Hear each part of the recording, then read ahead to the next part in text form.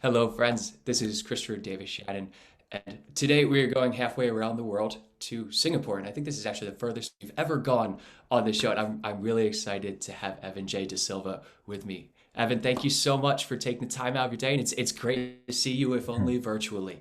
Thank you for having me on the show. Absolutely. And as always, we're going to kick it off as a tune with a tune, but we're going to do something a little bit different today. 'Cause Evan had a wonderful idea since he's an incredible young ukulele player. He kind of wanted to showcase his journey. So this first song that we're going to hear was recorded when he was 8 years old. I'm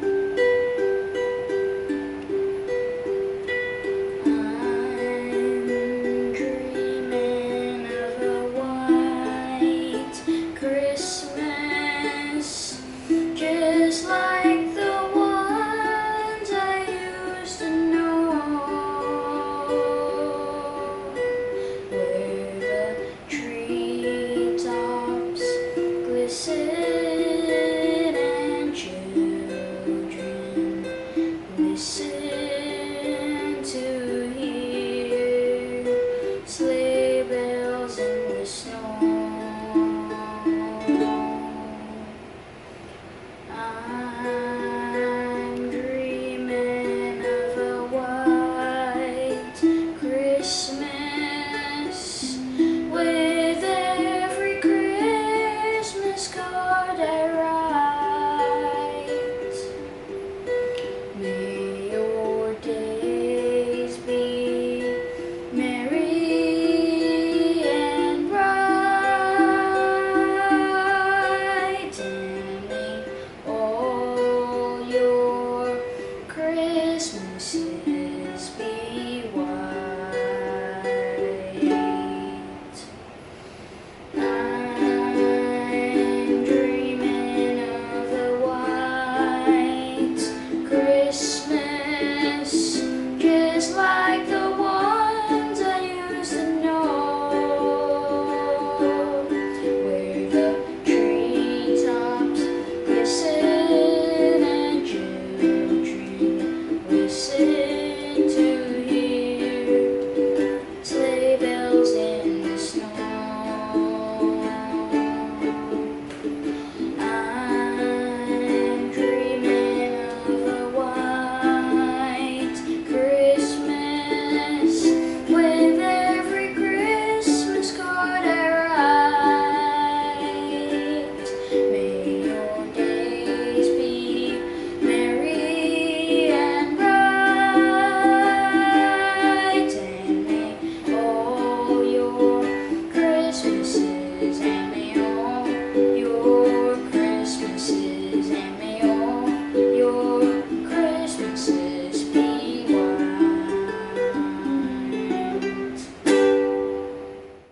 Evan, that was so lovely, and I didn't play uke like that when I was 8 years old. I'm going to be honest with you.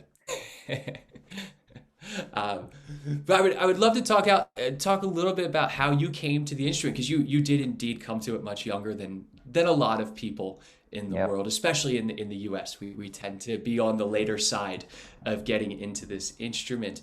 So what initially sparked your interest, not in ukulele necessary, but in music in general, when you thought, hey, I need to play some music, not just listen to it? So basically, I would be on YouTube most of the time scrolling through videos, and then I would see these people playing the guitar, for example, like Sung Ha Jung or like Jake Shimabukuro playing the ukulele. At first, I wanted to play the guitar, but then, I was 8 years old and my hands, they were way too small for an instrument as big as a guitar. So Yeah. I was telling my dad, I was telling him, and he told me that a guitar is way too big for me. And I was heartbroken when I heard that. But then he suggested an alternative instrument, a mini guitar, the ukulele, a four-string mini version of a guitar, basically. Yeah. And yeah, the moment I saw it, I kind of fell in love with it. He bought me my first ukulele when I was in Thailand. It was actually a surprise gift. He just came home one day with an ukulele over his shoulder, and I was like, wow, great. And the moment I touched the instrument, I just fell in love with it and just started strumming, learning four chord songs. Like, yeah, it was something I looked forward to playing every day after school. Yeah. and that's a beautiful feeling, isn't it? That was clarinet for me that I first started playing. And Oh, I feel like when I get home and I don't have any math to do anymore, I can finally like play for 3 hours straight because it's all I ever wanted to do. I know that feeling well.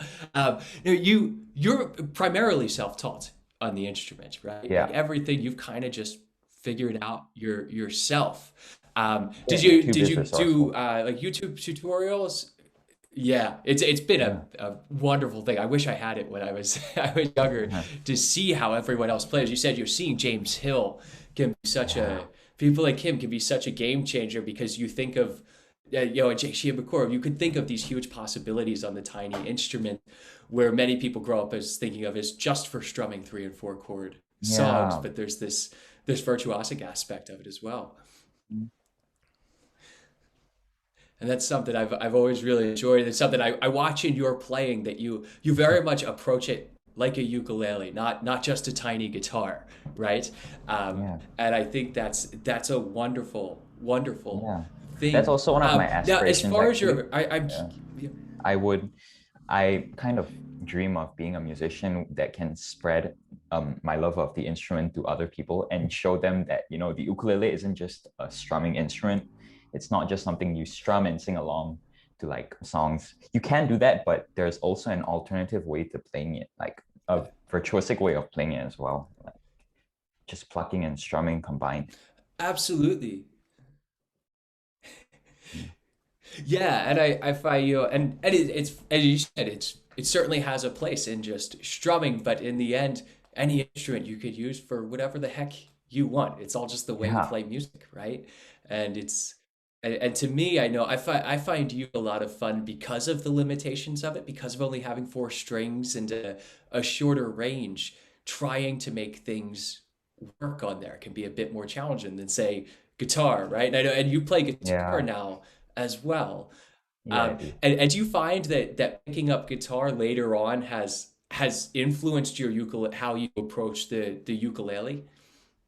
Honestly, I think that it's the other way around. Me picking up ukulele at the beginning influenced how I play guitar now. Like now, since the ukulele built up my foundation in plucking string instruments, I actually had a Mm. kind of a head start on the guitar.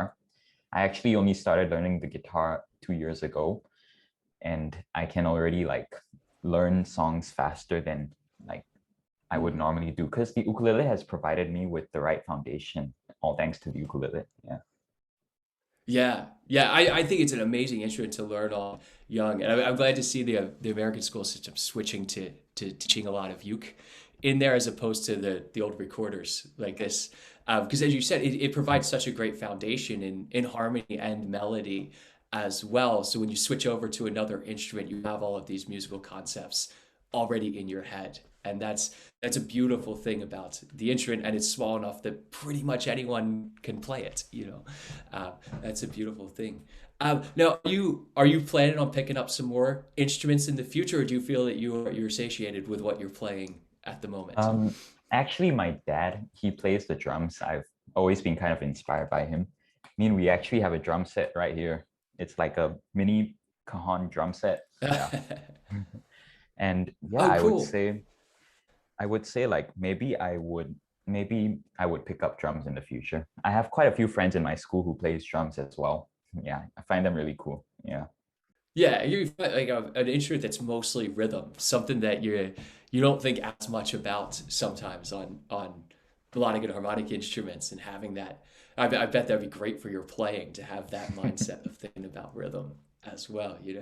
Um, when you were teaching yourself to play when you were younger, I mean, what was your process? Would you just go watch people and figure out what they were doing and kind of replicate Right. that, or would you go through in a more systematic fashion and work on techniques and little things like that?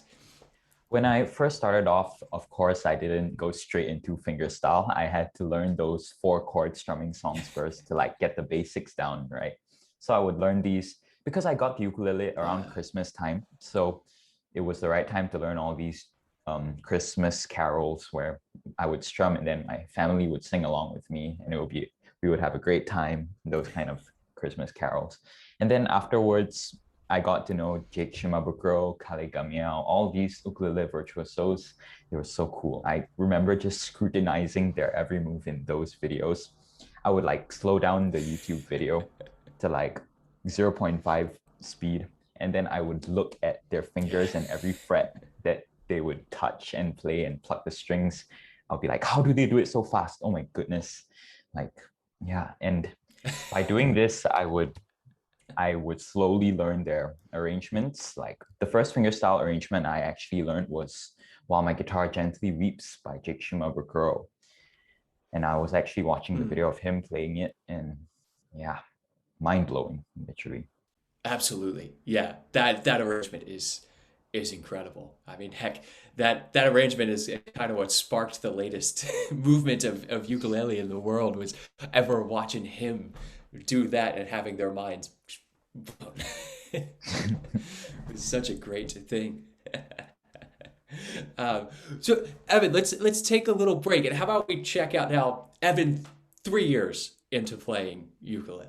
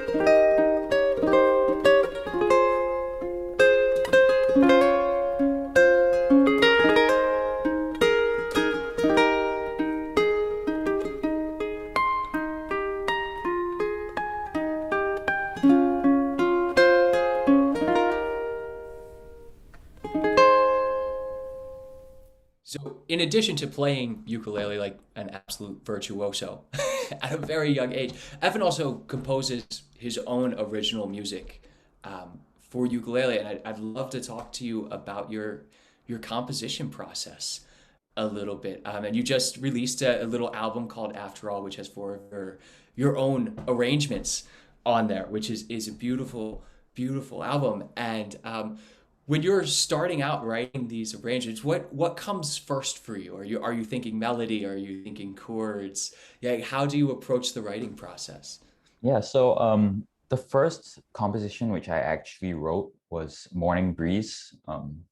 For me, I didn't really have any experience in composing before I composed Morning Breeze. So I just wanted to start out in the simplest key of all on the ukulele, which would be C, of course, C major. You get me? Yeah. So C major, I started out Morning Breeze, and I just thought of, waking up in the morning, seeing the sun rise, getting ready for school, that kind of vibe for Morning Breeze. Then I would think like happy thoughts. Morning Breeze, most of my compositions would be based on emotions and feelings rather than like theory based. Like I would choose what sounds Yeah. good to me instead of like deciding on whether to use this chord progression, whether to use this key signature or this tempo, that kind of thing. It would be more based on inspirations which I have or experience in my life. So like, for example, Stallion, my second composition, is related to starting a new year afresh with a clean slate and arriving in a new school of the arts. Yeah, just basically new experiences every year. Yeah, and that's a wonderful way to approach it. Just totally viscerally to come into the music and let it come out on the instrument as you do. And in addition to your compositions, you also do a lot of arranging of other people's Yeah. songs as well. That's why the times I first ran across you is we both do arrangements for Drew over at Rock Class 101, um, which is, and then obviously we play very, very different styles of, of ukulele. Yeah. But I was always just always floored by what you would come up with for those arrangements for some of Thank the you. more contemporary songs. And with that, I mean, when you're thinking about arranging a tune and adapting something that is very much not made for ukulele with it in mind, at least. What's your sort of process in getting to those final arrangements that we all see when those videos come out? Oh, for me, I would first need to listen to the song that I'm arranging over and over again, like get it stuck in my head, kind of listen to it until Yeah, I really enjoy the music and I would want to listen to it every day. Then, especially in those songs where there's so much instrumentation that's not fit for ukulele. So, like if there's a song with an orchestra in the background, obviously four strings wouldn't be able to cover an entire orchestra, right? So I would look out for like these iconic bits in the songs, like the iconic accompaniment parts. So like if the electric guitar is the iconic part of the song, which makes the song stand out from the other songs, then I would try to incorporate that part into the arrangement. Or if the piano part is the iconic part for many pop songs nowadays, I would always try to add a snippet of those accompaniment parts into the arrangement to make it sound and feel more like the original. Like the main process I would use is to make sure to respect the artist's original intentions with the song. So like try not to change the original arrangement too much. You can still add your style to it and like add a few runs here and there according to what you like, but just don't completely change the entire melody. Respect the artist's way of composing. Yeah. So that's my process. yeah, absolutely. Yeah, and I do it in much the much the same way myself. You know, the melody of what the composer wrote is what matters. It's a matter of having that shine through so we can have fun on the instrument. And then you get to do those ukulele specific fun things with the arrangements Yeah. as well on there.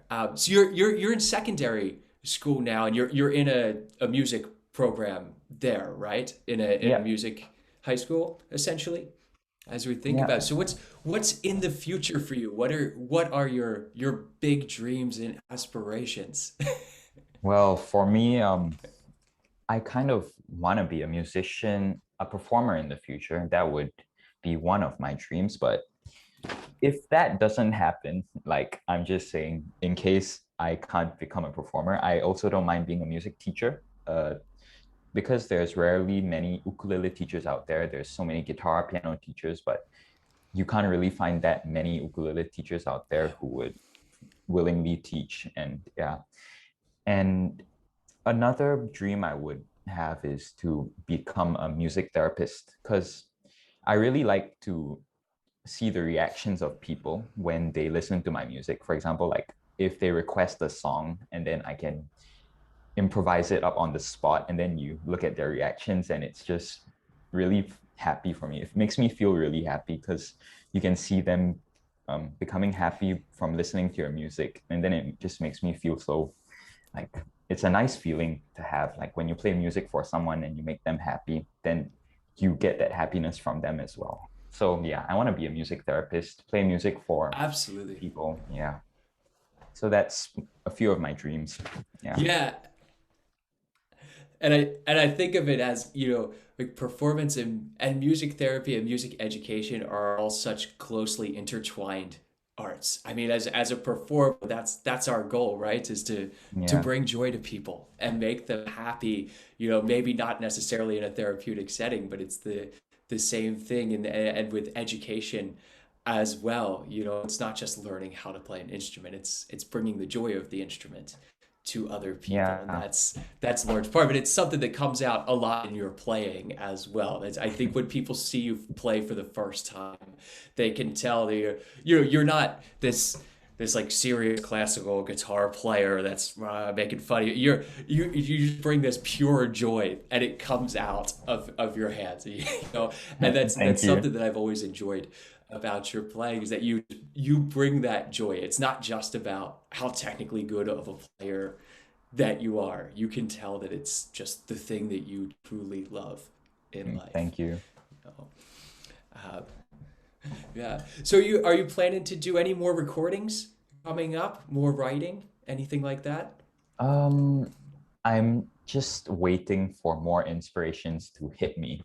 Like experience more things in life growing up, and then maybe one day I'll Yeah. have like a eureka moment, like, oh, this inspiration, I can use it in a song, that kind of thing. I mean, yeah, after all, the song was actually inspired by when when school ended, and then I was leaving my friends for the holidays, and then yeah, just being in that solitude away from a lot of company, being with myself, like a form of self-reflection. Like after everything has ended, and then you're by yourself in this form of solitude and being alone, not necessarily lonely, but you're wanting to be alone by yourself to reflect on what you've done for the year, that kind of emotion. That's in After All.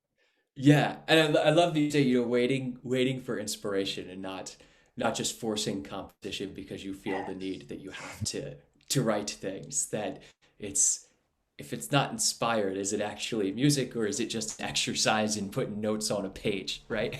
Yeah. That's a tough thing Yeah, music can sometimes to never get be away rushed. from as a musician.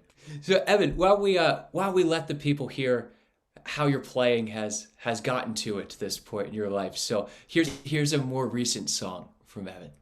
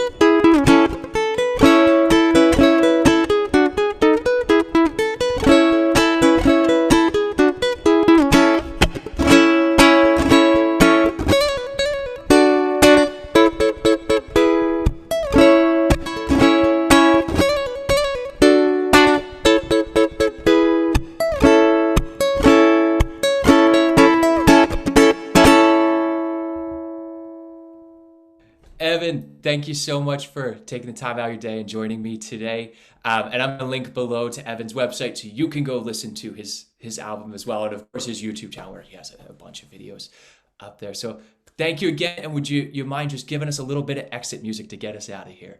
Sure.